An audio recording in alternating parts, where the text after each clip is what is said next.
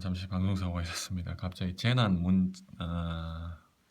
진동이 올려가지고 이거 계속 왜 그런지 모르겠네요. 네, 미안합니다. 자, 그래서 관유지라든지 그 다음에 마을이나 문중, 즉 마을의 어떤 소유의 토지나 문중, 예를 들어서 김해 김씨, 무슨 창녕조씨 이런 문중에서 운영하는 공유지 이런 건 사실은 어떤 개인의 소유지가 아니기 때문에 신고를 한다는 것 자체가 좀 애매하다, 그렇죠? 예, 그런 것들 때문에 이런 거 신고를 안 한다든지 그런 경우가 생기는 거죠. 그러니까 이런 거는 조선총독부 소유 토지로 그냥 편입을 시켜버립니다. 어마어마한 토지가 뺏기게 되는 것이죠.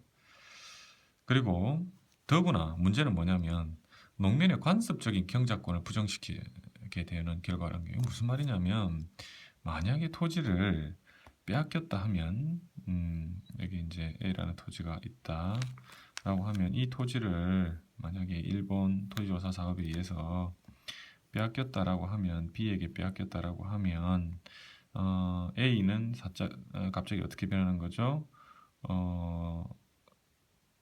소유자에서 이제는 소유를 빼앗겼죠. 그러면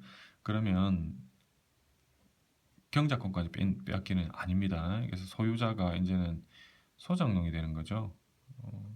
소유자는 지주라고도 얘기를 하고, 그래서 지주가 소장농으로 변하게 되는 겁니다. 그럼 A는 토지를 떠나야 되느냐? 아닌 것이죠.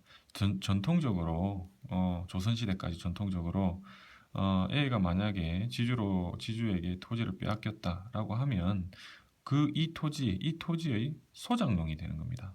그러니까 주인이었다가, 그죠? 대신 경작해주는 사람으로 그 신분이 변할 뿐인 것이지 이 토지를 떠나지는 않았다라고 하는 겁니다. 이게 바로 뭐냐면 농민의 관습적으로 지금까지 이어져 오던 경작권이라는 얘기입니다.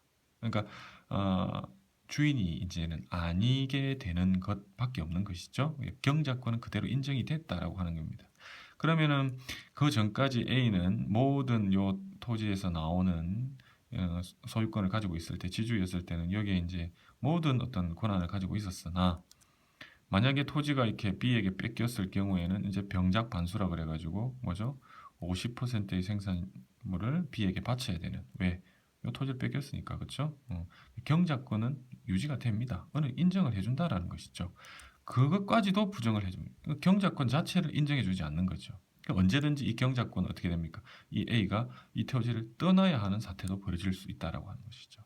관습적으로 인정해 오던 경작권까지도 부정해 버린다. 그러면 떠돌이 생활을 할 수밖에 없는 것이고, 거린이 되거나 도적이 되고, 그리고 뭐 나중에 때에 따라서는 굶어 죽기도 하고 이런 경우가 생기게 되는 것이죠. 그리고 지주의 소유권만, B가 이 토지를 소유하는 것만을 인정하는 것이죠. 그러면 B는 언제든지 어떻습니까? A를 쫓아내고 다른 제3의 농민을 경작을 시키는 그런 사례도 발생한다라고 하는 것이죠.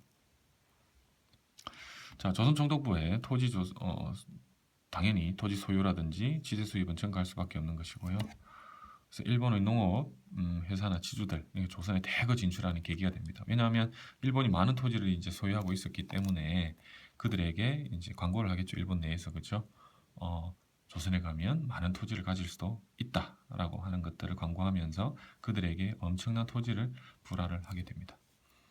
그러면 이제 조선 내에 일본인 지주들이 어마어마하게 생기게 되는 결과를 가져오겠죠.